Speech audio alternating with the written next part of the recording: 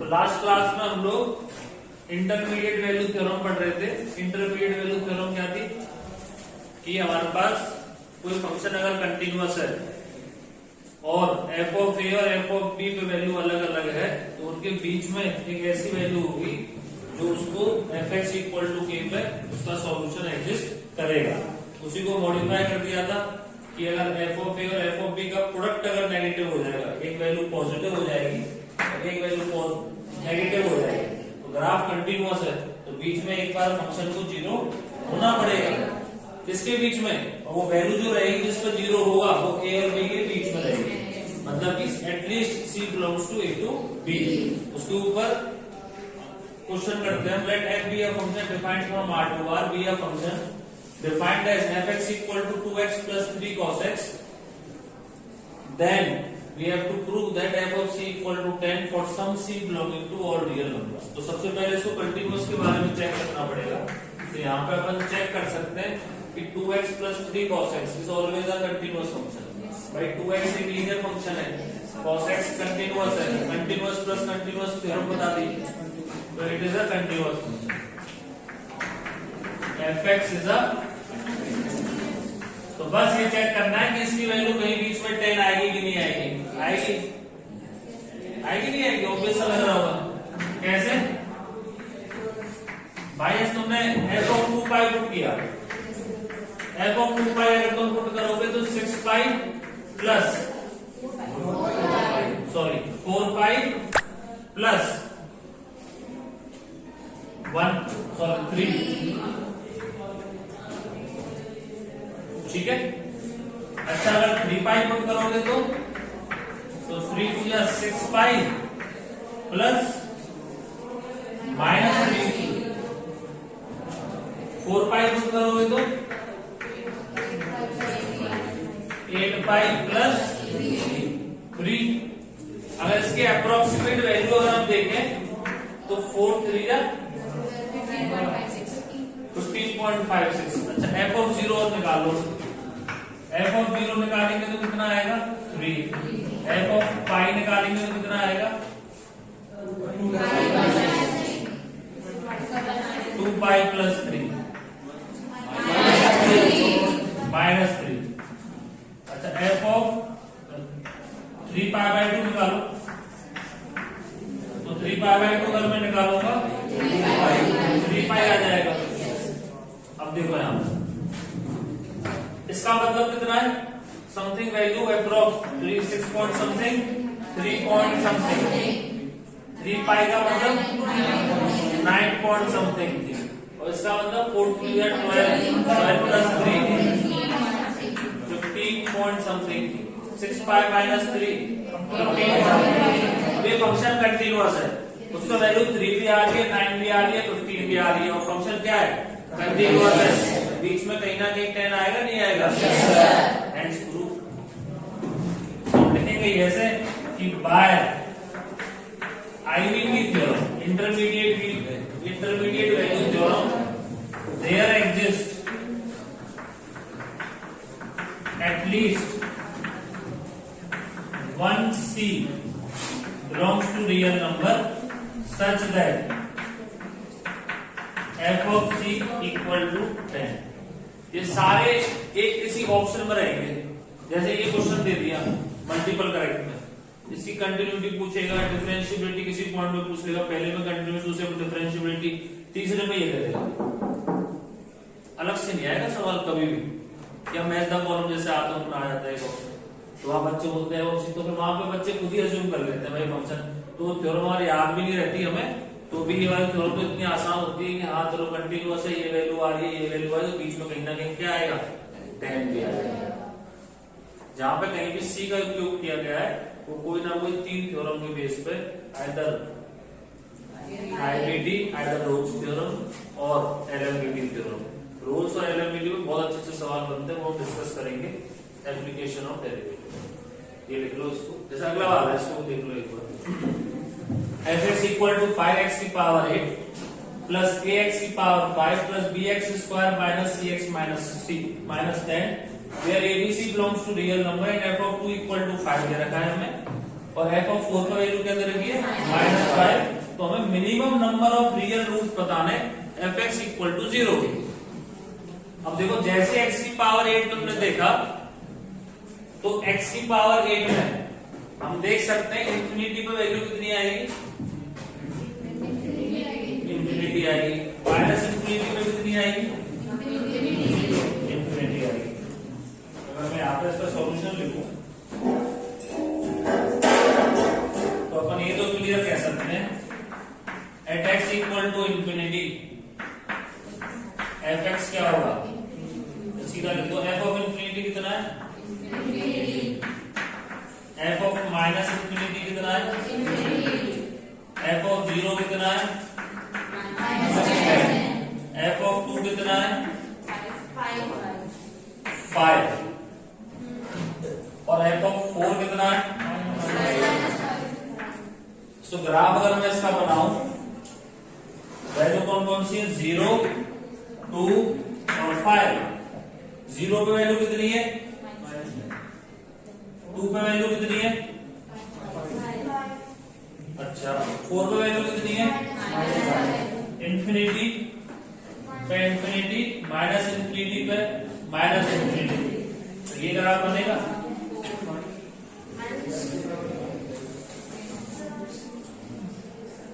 बनेगा तो मिनिमम कितने रूट्स आ गए 1 2 3 there are 4 minimum roots.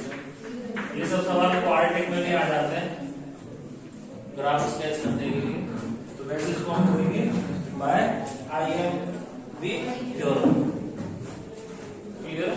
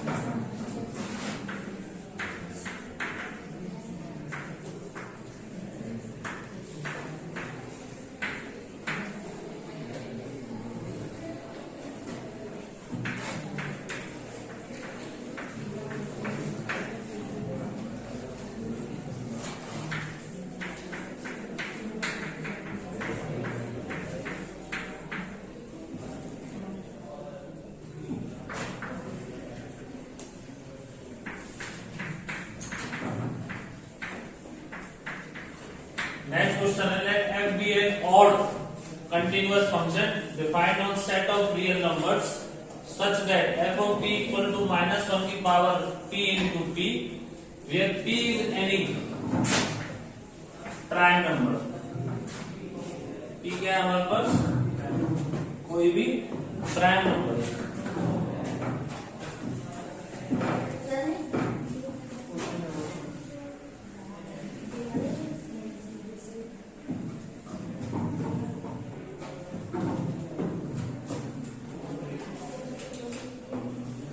is any prime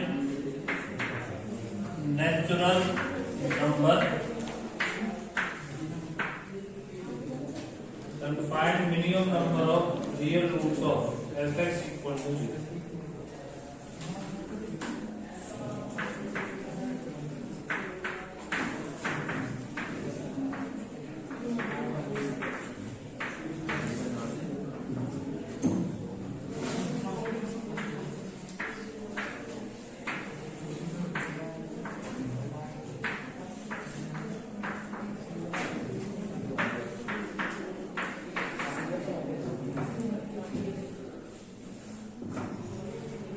and find minimum number of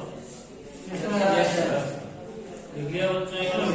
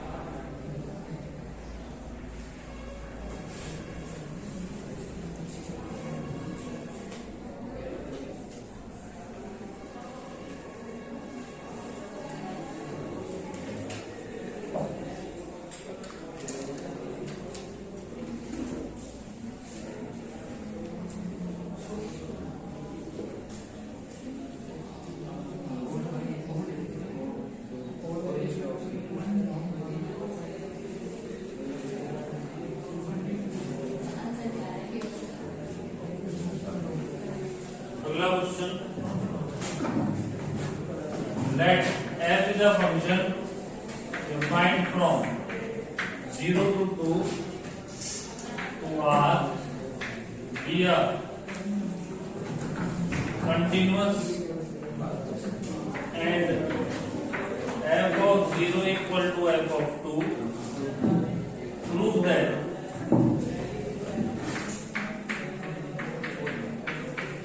that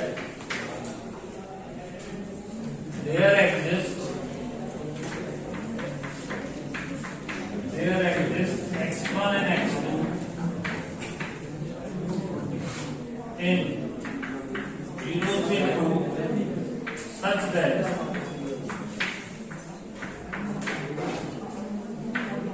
x2 minus x1 equal to 1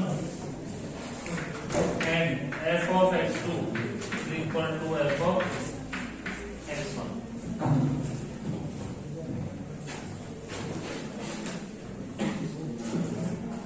जो पहला question है उसका आंसर 3 आएगा।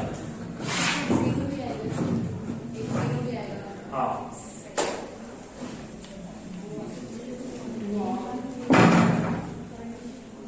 देखो यहां पर एफ एक्स जैसे एक ऑड फंक्शन है, ऑड इवन की फंक्शन मतलब क्या होता है? ऑड फंक्शन में दो चीजें हम ध्यान रखते हैं हमेशा, symmetric about the origin, f of minus x equal to minus f x. अगर फंक्शन ऑड है एफ ऑफ 0 वैल्यू क्या होगी? 0। तीन चीज हमें हमेशा इसकी याद, तो ऑड फंक्शन है इसका मतलब एफ ऑफ 0 की वैल्यू कितनी हो गई? 0 हो गई। अच्छा, f of p equal to, p कोई भी प्राइम नंबर है तो प्राइम नंबर कहां से स्टार्ट होते हैं? 2 से। जब तुमने एफ ऑफ 2 वैल्यू निकाली तो वैल्यू कितनी आ गई?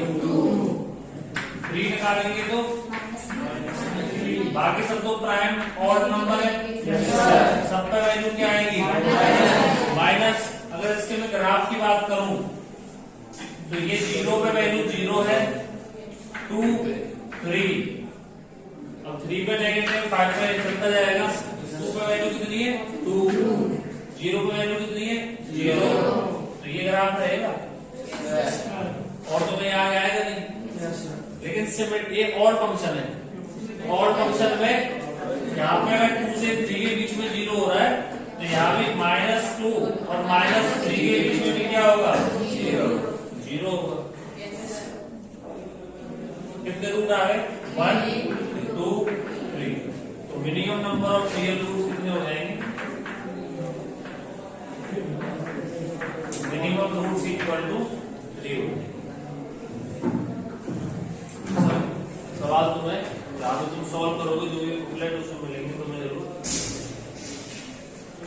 ठीक है। अब ऐसे अगला वाला क्वेश्चन देख लो, मैं दोनों को साथ में लिख रहा हूं। f जो है वो 0 से 2 के लिए डिफाइन है और इसके रेंज कोडोमेन और real numbers we are continuous and f of 0 equal to f of 2 prove that there exists x1 and x2 in 0 से 2 such that x2 minus x1 equal to 1 and f of x2 equal to f of x1। तो सवाल पढ़ते बड़े complicate से लगते हैं कि क्या पूछ रहा है इसमें। जैसे तुम ये रिलेशन दे रहे हैं इसका मतलब क्या होगा, x2 की वैल्यू कितनी है, तो फंक्शन क्या मानेंगे gx equal to f of 1 plus x minus fx, ये फंक्शन मानेंगे। 0 और 2 दिया हुआ है, एक बार इसमें 0 पुट कर दो, तो g of 0 अगर मैं निकालू यहाँ पे तो g of 0 कितना आएगा f of 1 minus f of 0, और g of 1 अगर मैं निकालू तो f of 2 minus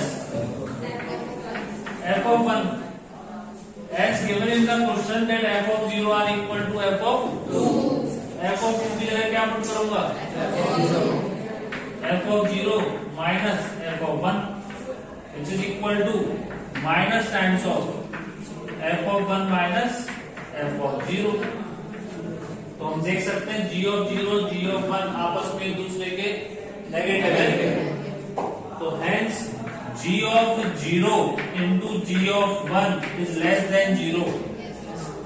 So by ILB theorem I can say that g of x is equal to 0 for at least, पूरी लैंग्वेज क्या आएगी, at least 1 c belonging to 0 to 2। 0 से 1 में आ रहा है, 0 से 1 में आ रहा है तो क्वेश्चन 0 से 2 की बात कर रहा है ना, 0 से 1 में आ रहा है 0 से 2 में भी आएगा। तो यहाँ से बच्चों क्या हो जाएगा g of x equal to 0 कर दो, g of x क्या है हमारे पास, ये रहा फंक्शन, हो गया प्रूफ। तो g of क्या बोलेंगे अपन यहाँ पे, g of x is equal to 0, इसका मतलब f of 1 plus x is equal to f of x। दोनों फंक्शन अगर बराबर है, अब यहाँ पे नए नए वेरिएबल मान लिए, यहाँ पर ये कितना हो जाएगा 1 plus x1, दोनों x अलग अलग है, ये कितना हो जाएगा x2, hence 1 plus x1 equal to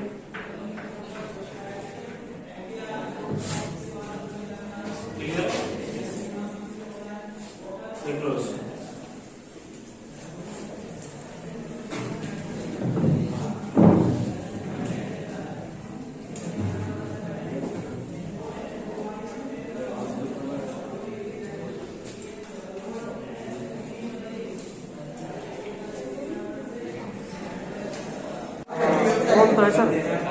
कर देता हूं, करूँ ऑन सर,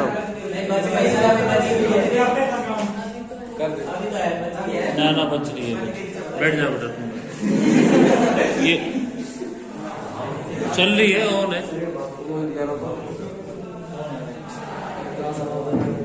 अगला question, prove that the function fx equal to a under root x minus 1 plus b under root 2x minus 1 minus under root 2x square minus 3x plus 1 where a plus 2b equal to 2 always has a root in 1 to 5 for all b greater than equal to 0 and a root in 1 to 2 for all b less than 0। ये आखिरी question,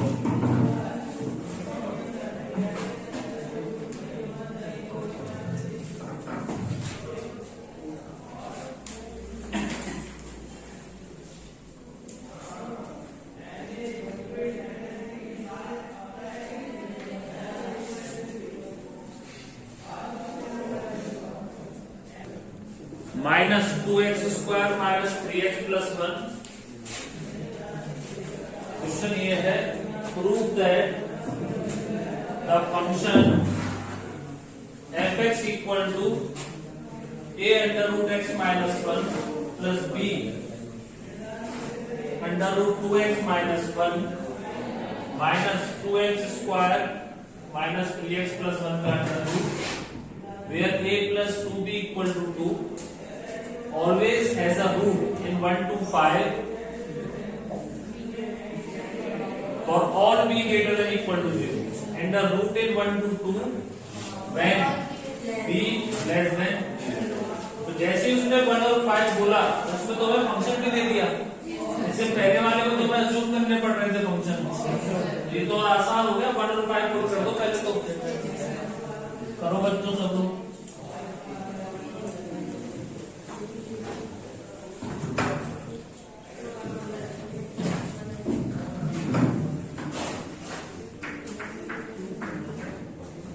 one put कर दो,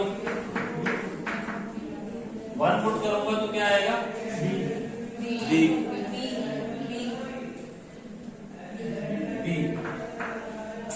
5 put करेंगे तो क्या आएगा बच्चों, 2a plus 3b minus 6। हमें रिलेशन क्या करेगा, a प्लस 2b, इसका डबल आना चाहिए, तो प्लस b कर दिया माइनस b कर दिया। तो यहां से कितना आया है, 2a plus 4b minus 6 minus b। 2a plus 4b की वैल्यू कितनी है, 4 माइनस 6 माइनस b। तो यहां से कितना आ गया है, माइनस b माइनस 2। ठीक है। अब b चाहे पॉजिटिव हो चाहे नेगेटिव हो, एक दूसरे के अपोजिट है ये तो मैं क्लियरली कह सकता हूं।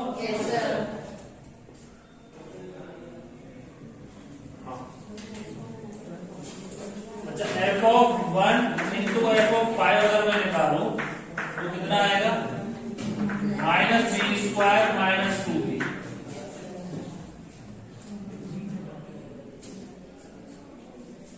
अगर b पॉजिटिव है, हाँ, तो पहला केस क्या बनेगा इसमें, when b is greater than equal to 0। अगर b greater than equal to 0 है तो इन दोनों का प्रोडक्ट हमेशा नेगेटिव आएगा। दोनों का प्रोडक्ट नेगेटिव आएगा, तो I can say that bye IBT theorem fx f of c equal to 0 has at least one root in 1 to 5। ये क्लियर है? Yes sir. ये तो हो गया पहला वाला पार्ट, बी पॉजिटिव के लिए। अब 1 से 2 के लिए चेक करना है तो इसमें 2 पुट कर देते हैं एक बार। जब f of 2 पुट निकालेंगे अपन बच्चों, तो f of 2 में क्या आएगा, a root 3b 2 to the 4 to the 8 minus root 3।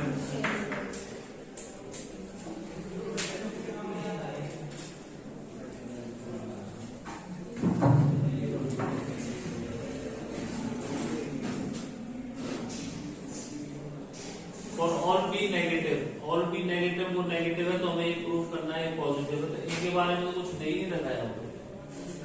अच्छा, ए की वैल्यू वहां दे रखी है ना, 2 माइनस 2b, तो यहां से कितना आ जाएगा, 2 minus 2b plus root 3b minus root 3। तो यहां से बच्चों कितना आ जाएगा, 2 minus root 3 plus minus 2 minus root 3 into b. ठीक है। अब देखो ये नेगेटिव है, ये नेगेटिव है और पॉजिटिव, और फिर बी नेगेटिव है, तो नेगेटिव और नेगेटिव कितना हो गया overall,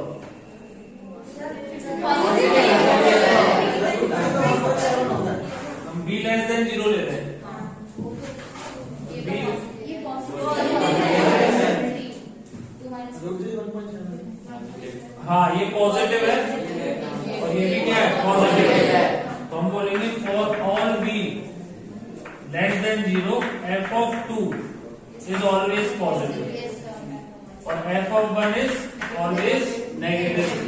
Hence, by IVT theorem, I can say that fx equal to 0 has a root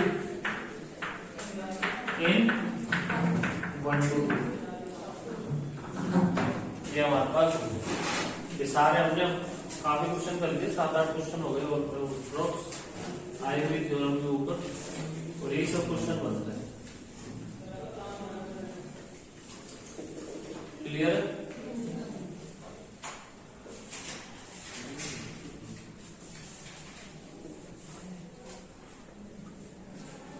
आज का लेक्चर यहीं तक. अब हम इनवर्स के जो डाउट है, इनवर्स के वो कॉमन डाउट आएंगे, वो देख लो एक बार, सबके डाउट होंगे.